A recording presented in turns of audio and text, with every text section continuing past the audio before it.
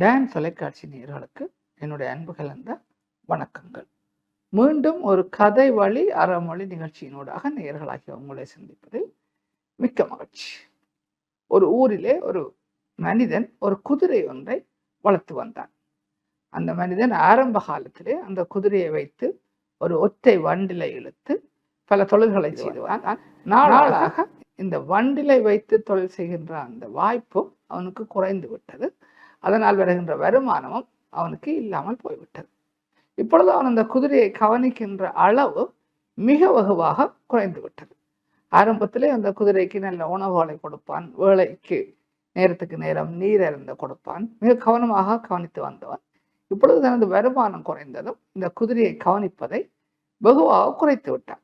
இன்னொரு விதமாக சொல்வதாக இருந்தால் அவன் அதை நிறுத்தி விட்டான் என்று கூட சொல்லலாம்.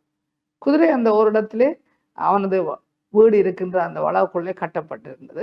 அங்கு கிடைக்கின்ற புல் பூண்டுகளை சாப்பிட்டு தன்னுடைய உயிரை தக்க வைத்துக் கொண்டு இருந்தது.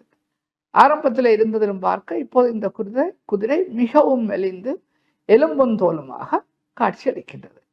அந்த நேரத்தில் அந்த வீட்டின் மனிதனை சந்திப்பதற்காக இன்னொரு மனிதன் வருகின்றான். அவன் வந்த பொழுது இந்த குதிரையை காண்கின்றான். இந்த குதிரையை கண்டதும் அது மெலிந்து எலும்பும் தோலுமாக நடப்பதற்கே பலம் இல்லாமல் ஒரு இடத்தில் படுத்திருப்பதை காண்கின்றான். கண்டதும் அந்த குதிரை சொந்தக்காரனிடம் அந்த குதிரையை தனக்கு தருகிறாயா என்று கேட்கின்றான். அவனும் இதுதான் சந்தர்ப்பம் என்று சொல்லி ஒரு மிக குறைந்த பணத்தை பெற்றுக்கொண்டு அந்த குதிரையை அந்த மனிதனுக்கு விட்டுவிடுகின்றான்.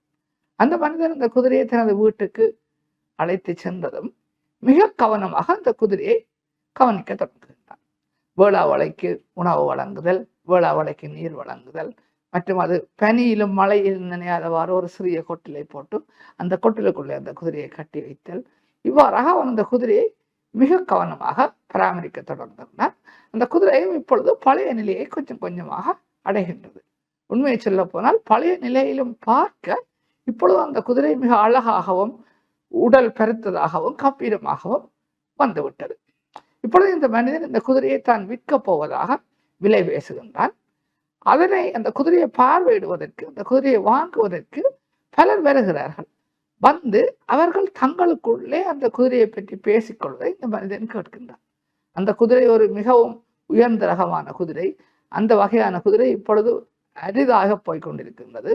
இது மிக பெறுமதியான விலையுடையது என்றெல்லாம் அவர்கள் தங்களுக்குள் பேசிக்கொள்வதை இந்த மனிதன் கேட்கின்றான். கேட்டதும் இவன் ஒரு நாள் யாரும் வேண்ட மாட்டார்கள் என்ற எண்ணத்துடன் இந்த குதிரை $2,00,000 கொடுத்தால் மாத்திரமே நான் இதனை விற்பேன் என்று சொல்லி ஒரு அறிவித்தலை கொடுக்கின்றார். அங்கே வந்த மனிதர்களில் ஒருவர் உடனடியாக $2,00,000 பணத்தை கொடுத்து அந்த குதிரையை வாங்கி சென்று விடுகின்றார். இந்த மனிதனுக்கோ சந்தோஷம்.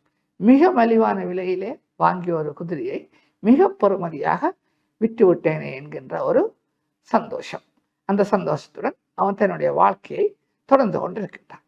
நேயர்களே, இந்த கதையின் அந்த பாடமும் உங்களுக்கு பிடித்திருக்கும், புரிந்திருக்கும் என்றே நினைக்கின்றேன். ஆரம்பத்திலே இந்த குதிரையை வைத்திருந்த மனிதனுக்கு இந்த குதிரையின் பெறுமதி தெரியவில்லை.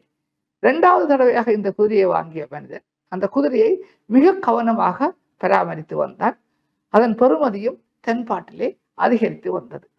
மனிதர்களாகிய நாமும் சில வேளைகளிலே இப்படித்தான். எங்களது பெறுமதி தெரியாத நபர்களுடன் நாங்கள் இருக்கின்ற பொழுது எங்களால் அதிக தூரத்துக்கு முன்னேற முடியாது என்கின்ற விடயத்தை தான் இந்த கதையினூடாக நான் புரிந்து கொண்டேன். மீண்டும் ஒரு கதை வழி அறமொழி நிகழ்ச்சியினூடாக நேயர்களாகிய உங்களை சந்திக்கும் வரை உங்களிடமிருந்து விடைபெற்றுக் கொள்கின்றேன். நன்றி, வணக்கம்.